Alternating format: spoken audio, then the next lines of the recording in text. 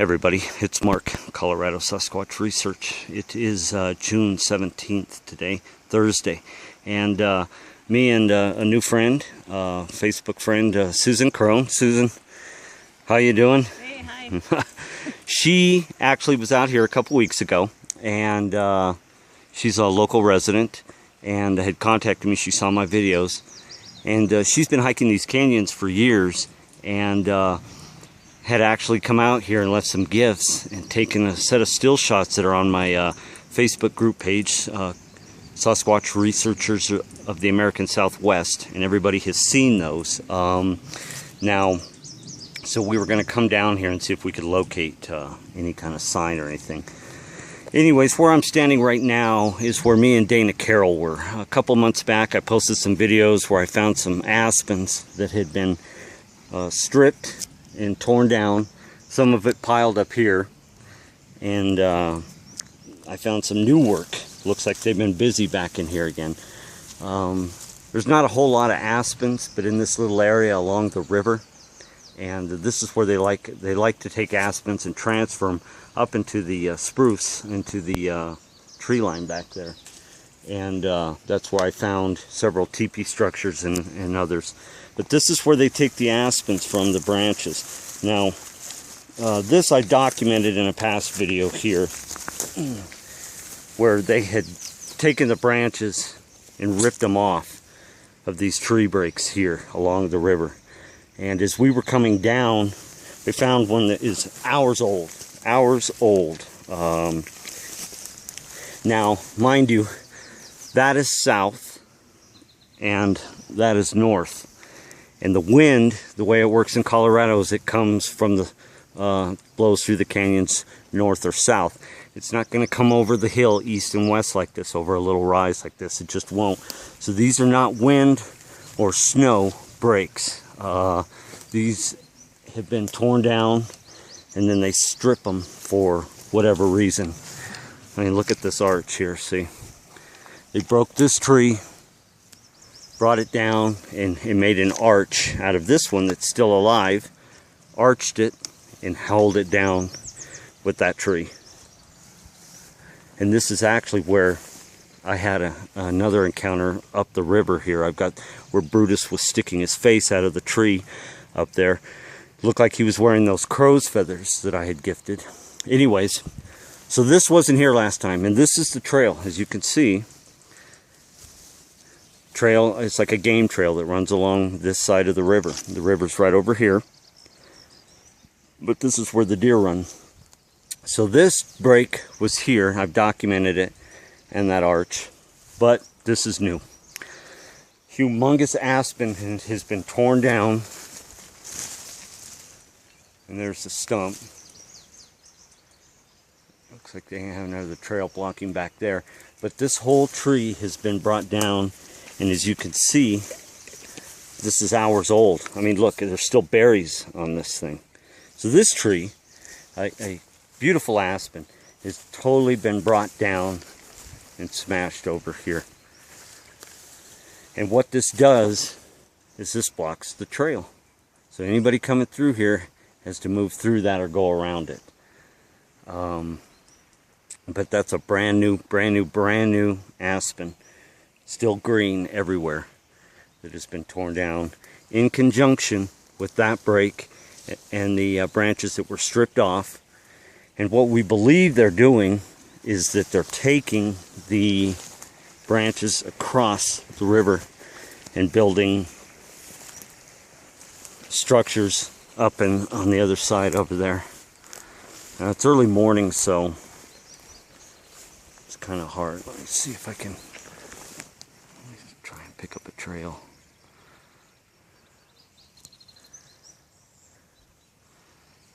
I was telling Susan here that in tracking, what you do is you get down on the ground, like in high grass like this. It's how they teach it in the military and in search and rescue, is that no matter what has gone through here, the grass is still going to break. It's still going to suffer. But a lot of times, because the way the human vision works, we won't see it standing up and looking straight ahead. You actually have to get down on the grass level and kind of turn your head like this, left and right, and look out of the peripheral, out of the sides of your eyes, because the way that our eyes, the iris filters light, and then you'll start to pick up trail discoloration and things like that. And so this is a good lesson here for tracking when you're going through here to see which way they went. It's not always easy. It's not always perfectly defined, but it's one of the methods that I use working along a river like this. You've got a lot of Russian olive, you've got a lot of aspens, but see, they block the trail, so you kind of have to wind around it. And there, see, so you can see the game trail. It's pretty defined. This is where the deer come.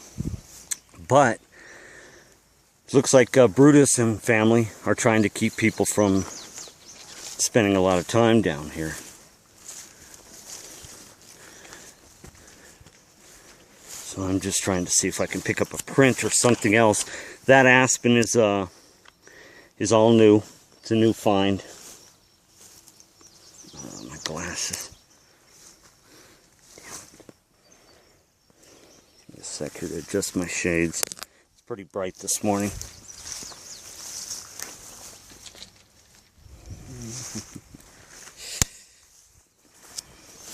So you can see the game trail. Come on, shades. There we go. So see how a lot of times our eyes won't pick this up.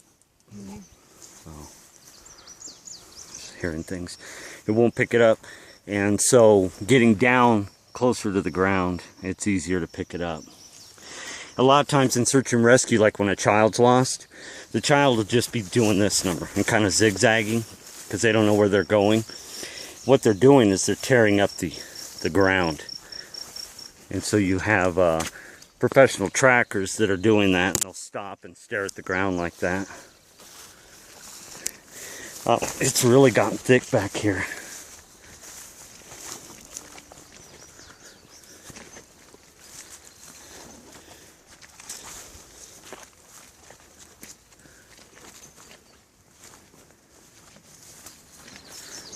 So that one video I was talking about, I was standing on that hill. Brutus was up near these rocks. This is kind of like right where you took your picture. And he was sticking his head out from up there behind those rocks when I caught the still frame of him. And I actually had heard him, and you can hear him on the video go whoop. And I didn't hear him take off across the river, but they knew I was coming, and they kind of retreated. So that whole thing with the aspens,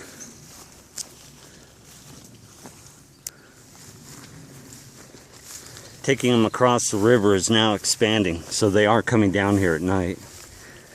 And as you can see how thick it is, there's nobody comes down here. And that sun is just awful.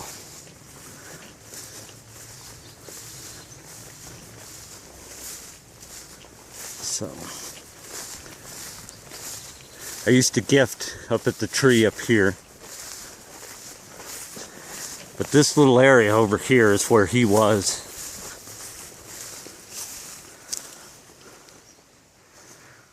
Yeah, he was up in here, and I think he was probably on top of that cliff. Actually, he was right there, because there's a ravine that runs up there. It's full of caves. But I was coming down after looking at those aspens at the tree break. I got on top of the hill, and I saw him up here. Whoop! Now, if you cross the river, just across up in here, like I said, there's a meadow that opens up inside that tree line, and that's where that teepee is, the gray, the aspen teepee. And it's not really a teepee. It's just a series of logs laid against a tree in a triangle. But we tend to say things like teepee because we're trying to equate. It's just a subconscious thing. We're trying to equate them as a native indigenous people instead of apes. And so instinctively a lot of us just say teepee, and that's probably has nothing to do with what it is.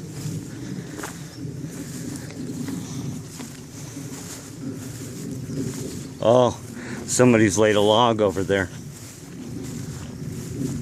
It's been a while since I've been out here. See, this is typically the way I would exit, but it's really rough to get up there because I always would lose the trail. But normally I would sit back up in there and I would leave gifts here. There's a sandbar here. Yeah. Well, here's the thing about that is, all the times that I've been out here over the years, there's never been a log here. Never. This isn't the log that I used. So somebody has brought a very big log from somewhere, and we just documented that huge aspen and has been making a crossing. So question is, where did that log come from? Because see, it doesn't even fit the surroundings. Now I also have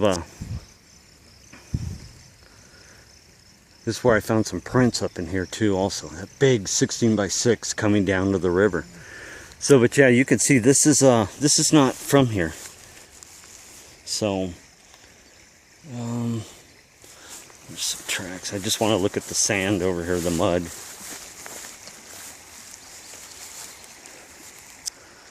Come on, shades.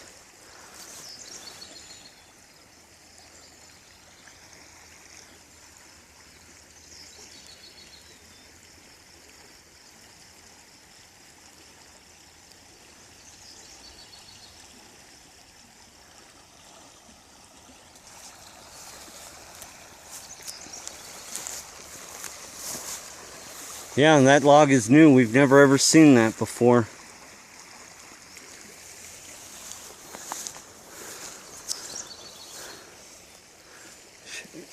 Suffering. It's because it's hot. The sun's melting them.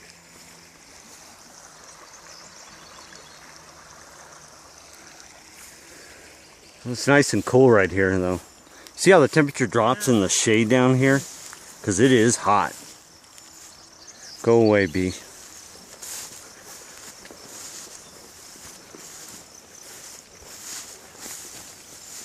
There is a water bottle. That doesn't mean a whole lot to me, though.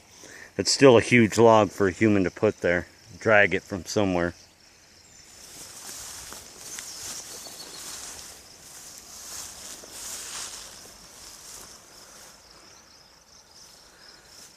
Whoop! Whoop!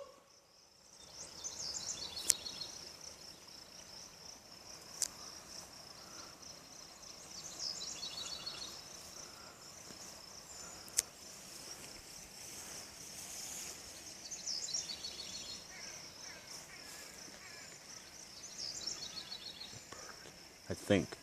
I don't know what kind of bird it could be. Whoop! Brother, are you up there?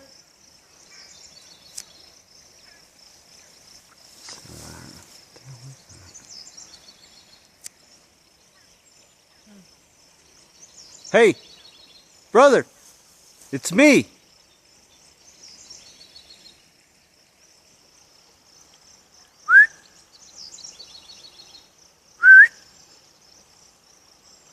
I don't know what kind of bird that was. That was weird sounding. Yeah, it was like.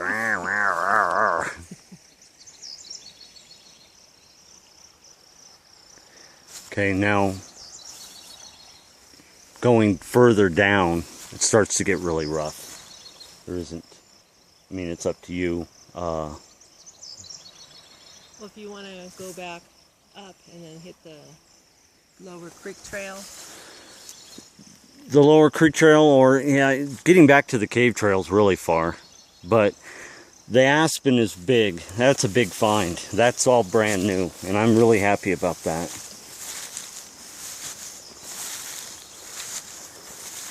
Typically, when I come here on my sits, this is the rock I'll sit on. It's in the shade. Thanks. And I'll just sit here and wait and wait. I sat here for up to an hour before sometimes. And typically what you'll hear, as I'm sitting here on this boulder, is across the river, you'll get the foot stomp or something like that. It's like a thump. And then occasionally you'll hear a whoop whoop. Up in there as they're moving around and they're watching me. And I think that kind of interaction they like because they know there's separation.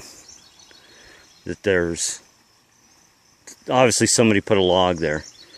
I don't think they did it. They may have. It's hard to say because they don't need to, because why does a Bigfoot need a log to cross the river? They just walk through the river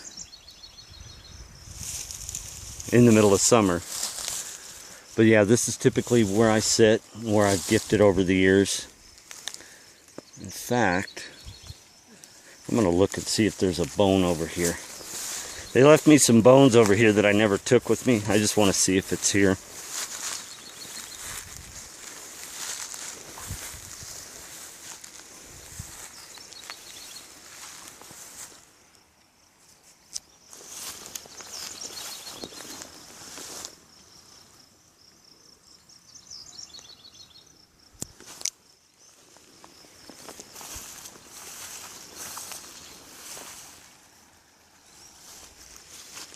Whoop!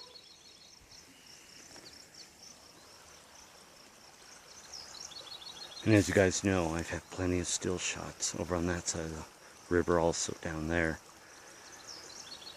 As you can see, this is very hard to get across here, and how thick it is. But like I said, habituation, sitting, waiting for them. That's typically where I do it, is where she's at. And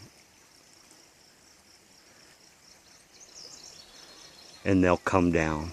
They'll come down and we'll start making noise sometimes if they're around. This morning we heard some whoops when we came in the park early, and I wasn't sure if I heard it, and then I heard her, she answered me, she said, did you just hear that?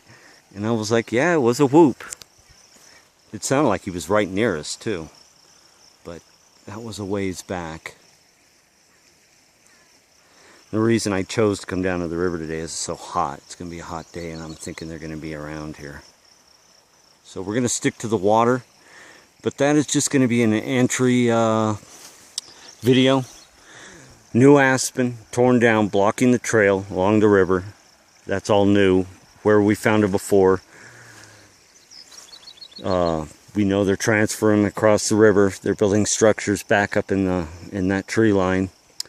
And we may cross. I don't know, that log doesn't look too safe, but we're going to try and find a way to get across. Get up in there maybe.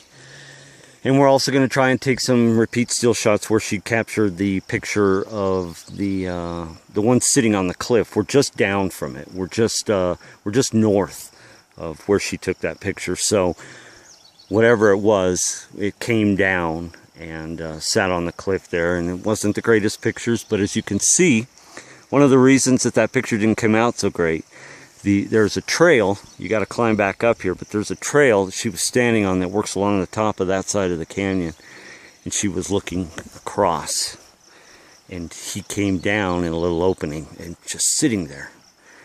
And in this part of June, there is no human being that comes out in this heat in dark black furry clothing. It sits on the cliff and is watching.